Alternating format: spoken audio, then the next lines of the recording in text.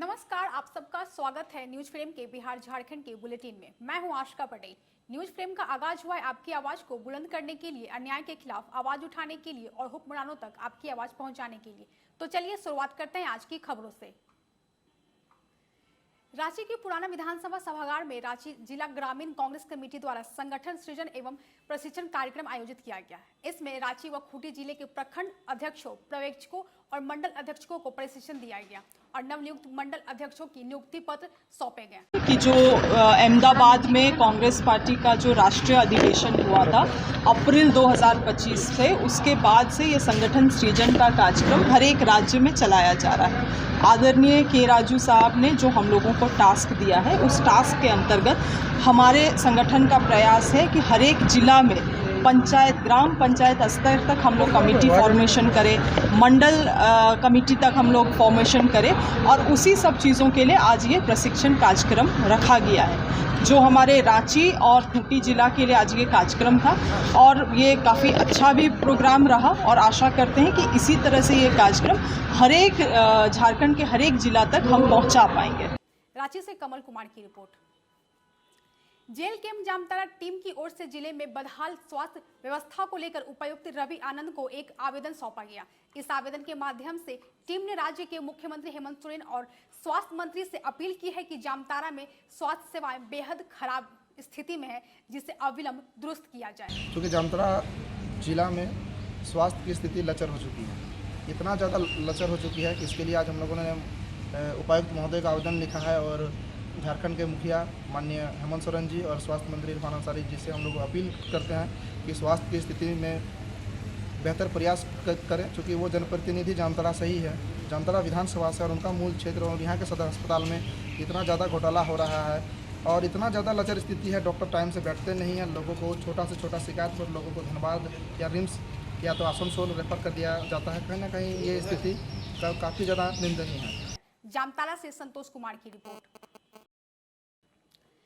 बोकारो के गोमिया थाना क्षेत्र में नक्सलियों से मुठभेड़ के बाद सघन सर्च अभियान जारी है। काशीटार जंगल में कोबरा 209 जिला बल और पुलिस की संयुक्त टीम को बड़ी सफलता मिली है। वहां से एक SLR, एक AK-47 गोलियां, विस्फोटक और अन्य हथियार बरामद हुए। SP हरविंदर सिंह ने बताया कि नक्सलियों के भागने के दौरान ये हथियार छोड़ गए हैं और सर्च अभियान आगे भी जारी रहेगा। उसके बीच में मुठभेड़ हुई थी, उसी के फॉलोअप में जो है सर्च अभियान अलग अलग डायरेक्शंस में जो है कंटिन्यू जारी थे।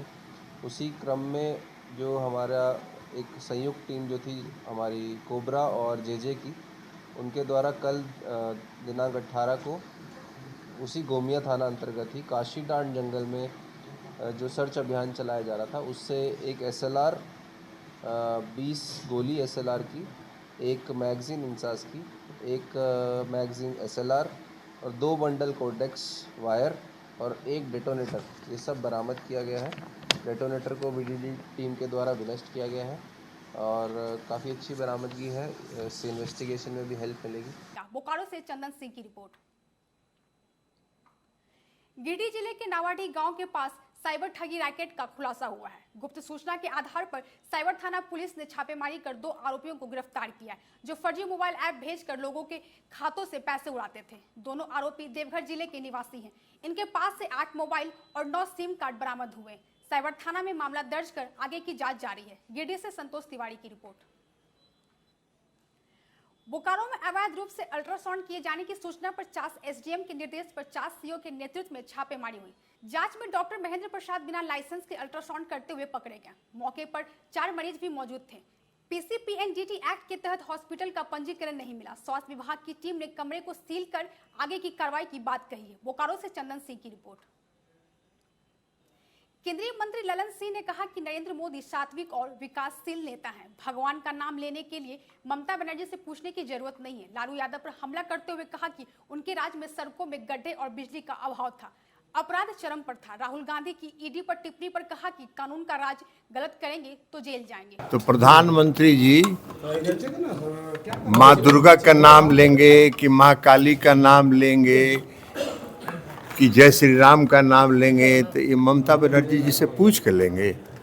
अरे भगवान का नाम, प्रधानमंत्री नरेंद्र मोदी जी सात्विक आदमी है। और पूरे मनोयोग से देश की सेवा कर रहे हैं, तो सभी देवी देवता उनके लिए समान है। ये ममता जी ने अपना सोचे कि बंगाल में क्या हो रहा है।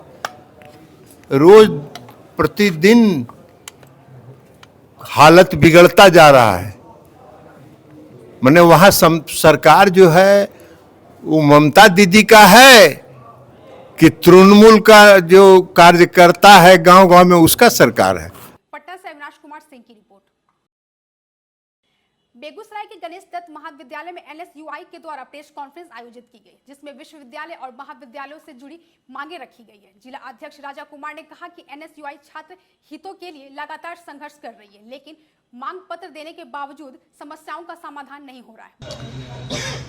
मेरी मांगे ये हैं कि रामचरित्र महाविद्यालय मंझौल में है, मंझौल में महाविद्यालय है, RCS महाविद्यालय है।